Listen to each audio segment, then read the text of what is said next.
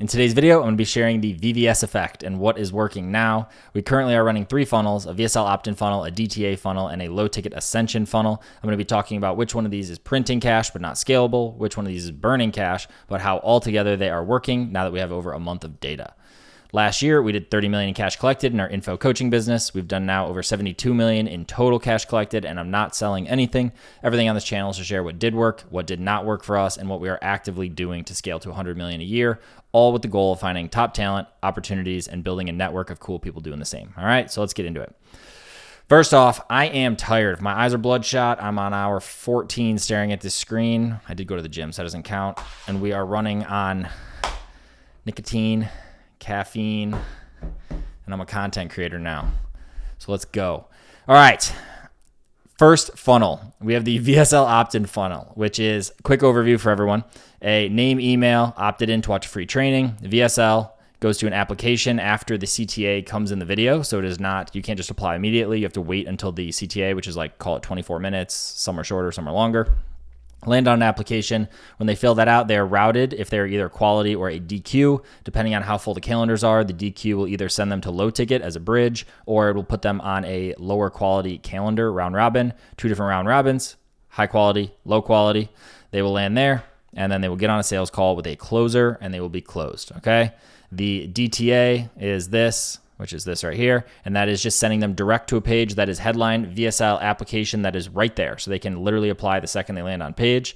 That then runs through the same router, different application, different questions to qualify them more, and then routes them to those same 3 options. If my video is lagging, I bought a new laptop and I literally haven't set it up yet because I have been on this one for too long and I don't have time. So I'm sorry.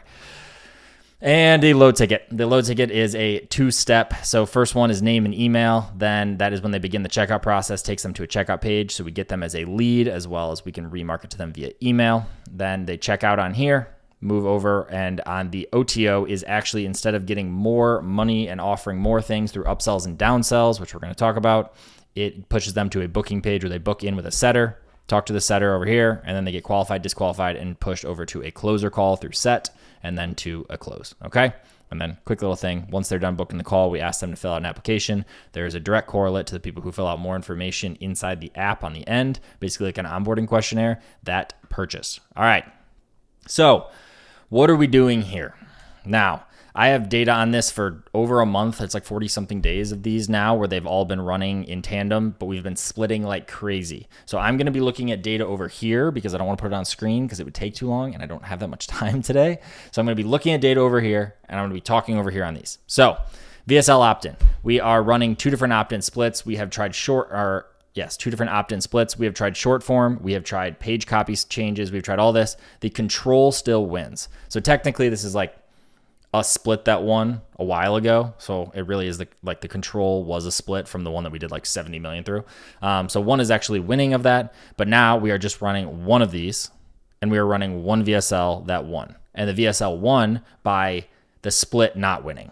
That makes sense, right? Our CMO came in and was like, literally this, if you run a split test and it is inconclusive, kill it. Go back to the control. We were not doing that for like 8 months. We had 2 different VSLs on and we had them all over the funnel in different places for retargeting and for other positions. So going through here, this is still directly our most profitable funnel.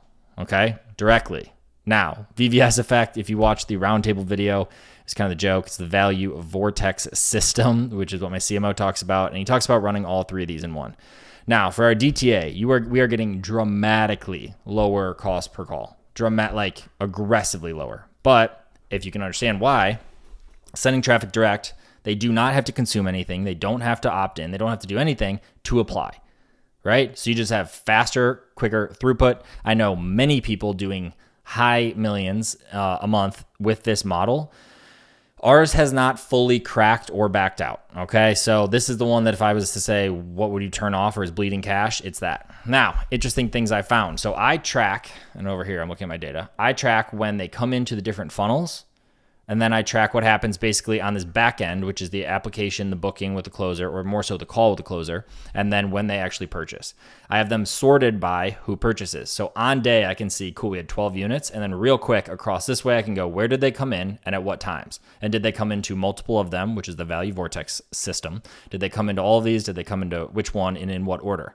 Very interestingly, well, first off, for cold, this one, number 2, was like vastly winning.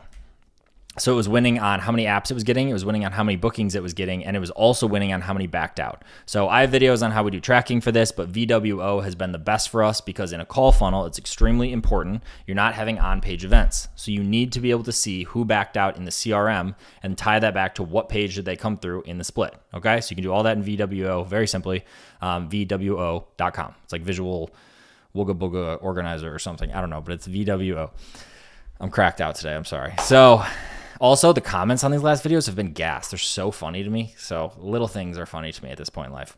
Now, this one, interestingly enough, if I look at the data, is showing over half of the purchasers that have come through this one have come through and already been in the original VSL funnel. So what does that mean? That means they're seeing an ad after the fact. They are already warmed up, which is the consumption theory, right? And then they're coming through here with a better application, a better system, better routing, and then getting on the phone with the closer and closing. Like real quick, like within 2 days, because it's a 2-day booking window and like a very, very quick turnaround. So what that means for us is, okay, maybe this is a function until we crack it on cold, which is like the real goal here. Because if you can crack this on cold, meaning your VSL, your headline, the consumption, the application does enough, qualifying that even when you route people out that aren't qualified, the ones that come through are at a cheaper cost per booking than the ones that you'd get through a VSL opt-in, like a normal one, because you can get, $50 calls through these, like no problem. And up there, you maybe get net on the properable ones, $200, 150, 300, somewhere in that range. And that depends on a lot of things, a lot. If you're optimizing for a schedule or a lead, you're going to get them for $50 up there too, but then they're not going to be the quality people unless your pixel is like the most beautiful thing in the planet. And then if so, send me your pixel. So now, for us, it is working on retargeting. So we have all these other campaigns that we actually don't do like real retargeting in the sense that you point them back to page, right? Like the middle of funnel ones. And we have the ones that we do. The ones that we do, we were sending to an old page with actually the old VSL on it that used to convert better for us, at least we thought, and we didn't track properly necessarily. So maybe it was wrong. So we are now testing sending this as retargeting so both in the emails, which is a lot of them that come through booking wise, and then also app, then booking wise. And then we're also testing it direct in ads. Okay. So this maintaining to run. The other thing on this is we're running a completely dedicated second one of these that is a different niche specific. So, right, we always talk about like the different buckets of it or the different messaging buckets. So we launched another one that we had like in the archives basically that was different opt-in or messaging around different opt-in, different VSL, same app, same booking, same whatever. So it was really just those first two pieces. We found that it was working on this. We said, let's launch it up here. Costs are solid. They're in alignment. So they're not like crazy low, but they're backing out like crazy. So, okay. So you have one of these up here that's ROAS positive. You have one of these that's ROAS positive. And then you have one of these variations that's very ROAS positive, but mainly is acting as retargeting. Okay. Now, the mystical one, the low ticket. So we had 3 different variations of these. Number 2 won. Actually, the original control still won. And then we tested 3 and 4 and 5. And we finally have one that is beating the control. The control is ugly. It is gross. And it's like almost like bad for brand in my eyes. It's so bad. And I built it. So let's be very clear. I was the one who designed it and built it. I threw it up in 2 seconds. I made a very beautiful one that was like an Alan Sultanic one. Had like a 3% page conversion. Good ones have like 8 to 10. Bad. Then we launched a super ugly one just to like run retarget to, and it was just like printing. Then we turned it to cold and it stayed at the same freaking rate at like scale or mini scale, but like testing scale. We made beautiful ones, nothing, still haven't beat it. So now where we're at with this is we tested a new one that is a different format, basically has everything above the fold, and that then sends over to the checkout page and the booking. The booking is crushing, like getting like 60 to 70% of the people that come through as purchasers. And then we also have a setting team then built into there that is pushing them back to get on a call, or actually basically just connect with them live call, not push them to the set call, and then push them to a closer.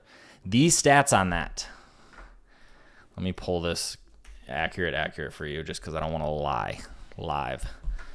These stats on that They're definitely, yeah. So right now it's like 75% show rates of things that come through here once they get to a closer and have basically double the live call close. So they are warm, they are processed, and because they have the economics, which if you go into my other videos, you will see the economics behind this, it crushes. Now, why are we not scaling the out of this?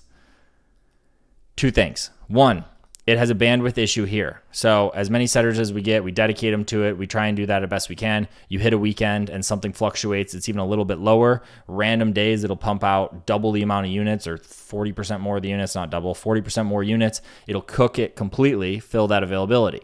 Now, on those days, you also have the lowest cost or net CPA because we're still spending around the same budget, but the economics are breaking. The economics is here, and then it's here, and then it's here, and then it's here. So the blended average is somewhere up here, which still works in a CPA basis. Like, I just said a lot of lingo. Let me back up. I just said a lot of things that are just very technical or lingo-y. The cost per acquisition after you collect the cash for this needs to be, call it $50, call it whatever. Let's call it $50, just a simple example for this, okay? On days that it does a ton of them, same budget, it'll be around $50. Now, on other days, it'll be, call it $100, simple math. In between there, the spread is 75. That is a massive swing when it nets out to what you're trying to get to, which is your ascension rate, okay? Our ascension rate is crushing. Last month is the biggest question that we're waiting on because it takes X amount of time for those people to become from low ticket purchasers to back-end ascension. We are doing everything we can to make it so that timetable goes like this. For example, today we have 6 of our units are ascensions, okay?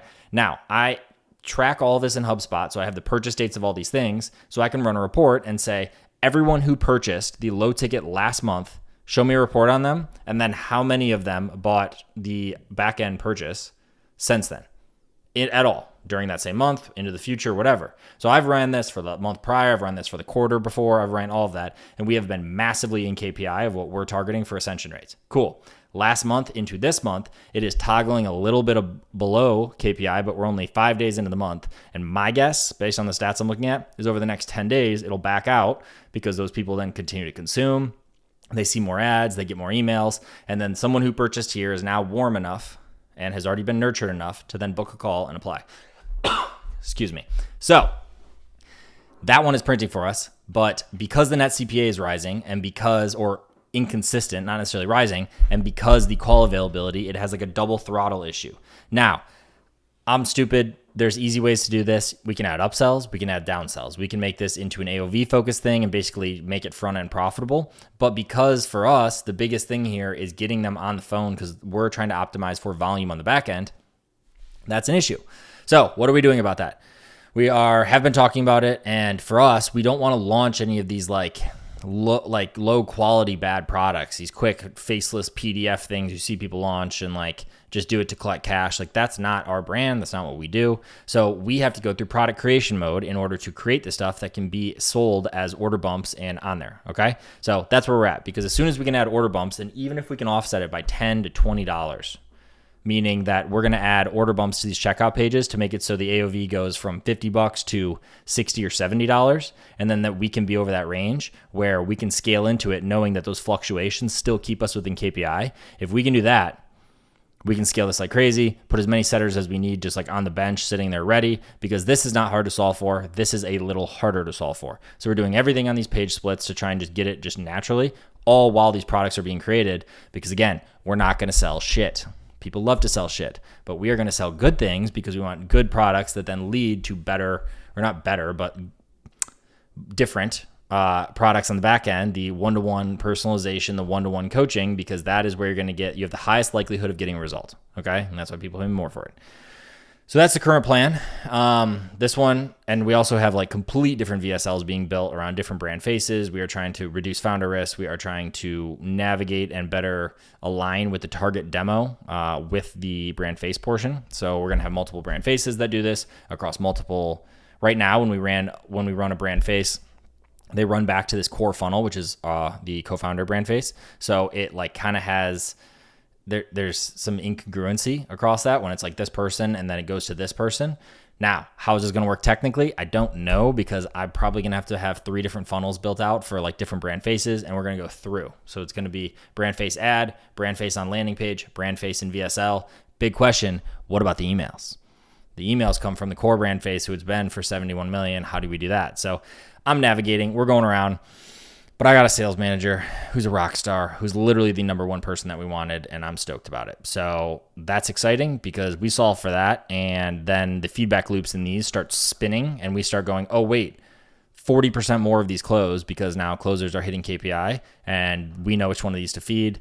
We can make tweaks to this. Another thing we're talking about for this one is adding a consumption buffer. So basically duping this out, VWO split testing it, and just having the only difference that the button does not show until about 3 minutes in, maybe even as long as as long as the CTA. So same thing I set up here, about like 20 something minutes.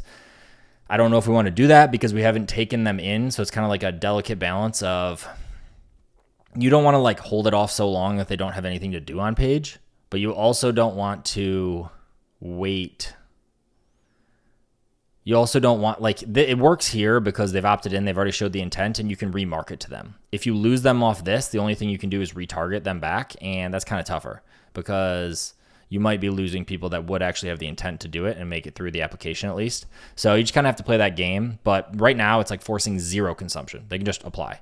Even though the questions are like, did you watch the video? Did you do this and this? Like, and that's how we used to run it, actually, a version of it we used to run. And then we stopped doing it, and we ran this for a long time. It worked, and we just scaled into that. So costs on this are crazy good, but it's more so about if it backs out, which is also a sales function. We got a sales manager. I'm stoked about that. That is going to be a huge needle mover for us. We're at like 100 and something on day, and it's not that late right now. So things are looking good, but things can be better. They can always be better, and we're trying to take this thing up to hundreds a day steady. So that's kind of the update, kind of a mental blah. I am just busy right now. So I'm going to get back to doing these early in the morning so I can come up with like full ideas. This is more so just like brain dumps and me being dumb, but I'm trying to make sure that I continue to provide value in these and continue to just give you an insight into what we're thinking, where we're at, and how we're trying to do it, and all by saying we don't necessarily know. There are dumb things that we've done. I found an automation that was broken. Oh, here's a fun one. Here's a fun little nugget.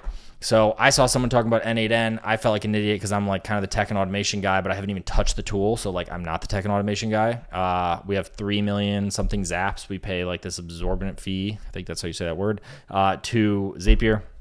I sent these videos over to senior tech lead and said, hey, are there anything that's on our big ones? Because we run like massive internal database stuff for the coaching side for like analytics. So we'll run like a complete database of things that show how many calls happened, sentiment of the calls with AI, what was covered in them, did they cover certain things in them, the time of the calls, the averages across, like just this massive thing that basically shows like an analytics suite, bird's eye view, is the coach doing their job? And it's a lot of zaps. It's a lot of functions to get the data in and out, all the messages, all the stuff, all the video recordings, all of those consumed, all of them's like, it's a lot. And it costs too much to pay Zap to do it. So sent over N8N and he plugged it in, and we just like literally saved like 50% off our Zap bill, like because we replaced all the core ones that were doing like massive amounts of data, and N8N is functioning on executions, not on tasks. So thought that was interesting. Quick little nugget. Simple things. You don't even have to go crazy and go AI on it, but now he's going to figure out ways to enhance it with the extra functionality. This was just a replacement, which I made a next post about. I was like, I need to replace things first, then enhance them, or enhance them in the process of replacing them. So brain dump again, but all the videos are on here. You know where to find them. Daily update is that. We're scaling into it. We got a sales manager, which was our main bottleneck that we were facing, or that we thought we're facing right now. Bookings are consistent. We can scale into them, but we can't scale into them without it backing out. So now, assuming we can do that, we'll be able to scale the front and the back and the middle, which is like sales. And then the back end is yet to be launched and is about to be launched for the retention big long-term play, which is where all of the profits, the big profits are made, where the enterprise value is built. And that's that. So talk to you guys soon. You know where to find me. Instagram, X, all the things. Have a great day. And I'll do another one early tomorrow.